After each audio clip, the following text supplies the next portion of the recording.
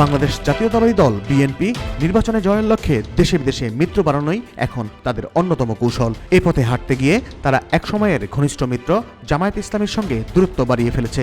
তেমনি জুলাই অভ্যুত্থানে নেতৃত্বদানকারী ছাত্রদের সঙ্গেও তারা একই পথে নেই। আওয়ামী লীগকে নিষিদ্ধ, রাষ্ট্রপতির অপসারণ, সংবিধান বাতিল সহ অনেক ইস্যুতে ছাত্র নেতৃত্বের সঙ্গে তাদের দ্বিমত স্পষ্ট হয়ে উঠেছে। অন্যদিকে দূরত্ব কমিয়ে আনার চেষ্টা চলছে প্রতিবেশী দেশসহ পশ্চিমা বিশ্বের উন্নয়ন সহযোগীদের সঙ্গে।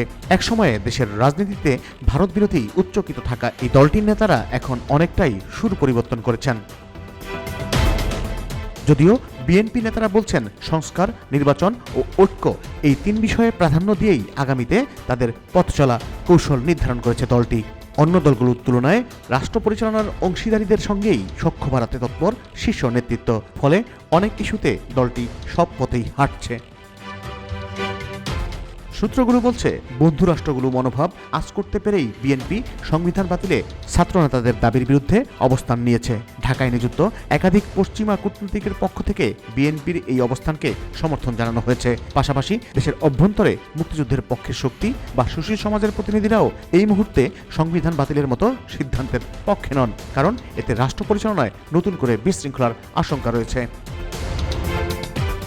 বিএনপিও মনে করে ডক্টর ইউনূসের নেতৃত্বাধীন অন্তর্বর্তী সরকার অনেক ক্ষেত্রেই নিয়ন্ত্রণ প্রতিষ্ঠা করতে পারছে না। এর মধ্যে নতুন কোনো জটিলতা তৈরি হলে নির্বাচন আরও পিছিয়ে যেতে পারে। বিএনপির এসব তৎপরতার প্রতি ইঙ্গিত করেই ছাত্রনেতারা জুলাই বিপ্লবের ঘোষণা ঠেকাতে দেশি বিদেশি ষড়যন্ত্রের অভিযোগ তুলছেন।